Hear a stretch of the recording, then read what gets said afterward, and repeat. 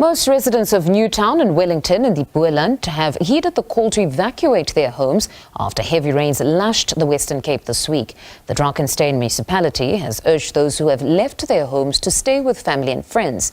Municipal engineers and dam specialists have warned that the upstream farm dam in the Boerdal area may overflow. Gale force winds and torrential rains this week have wreaked havoc, causing floods and mudslides, which also affected traffic across the province.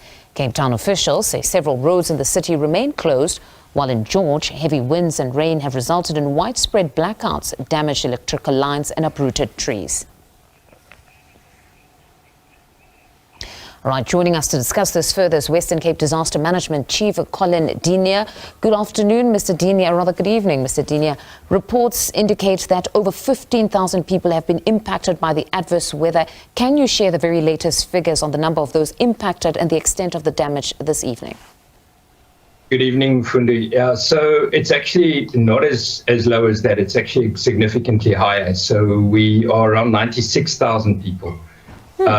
In some way or the other has been affected, not, from being affected, just minor damage to severe. So that's been across the province. I think the big thing is that it's over a very, very big area. So I think that's really the impact of it. Just in terms of informal settlements, we're looking at 33,000 structures that were damaged. This is really a major incident.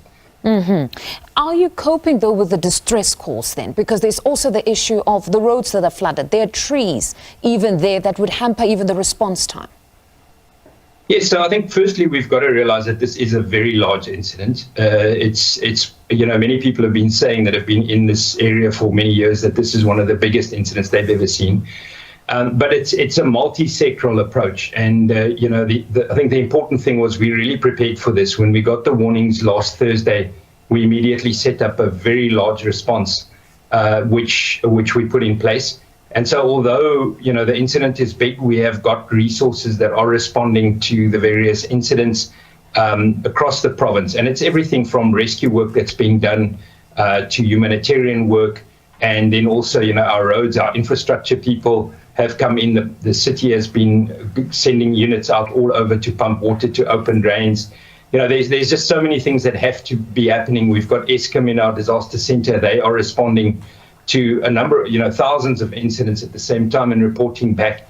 So I think although it's a huge challenge and there's a lot that needs to be done, we are continuously on this 24/7 since last Friday.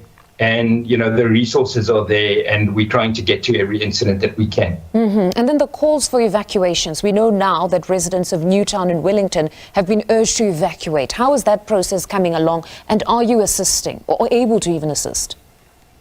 Yes, so we have had evacuations. A lot of them are precautionary evacuations. So you would rather do the evacuation, get people out of the way. We did that. On Wednesday night in the Drakenstein district as well, or municipality as well, where we moved people out. The water came through. It did not cause the kind of impact that we were expecting, and people were able to go back. So what we do is we look at where we've got a big risk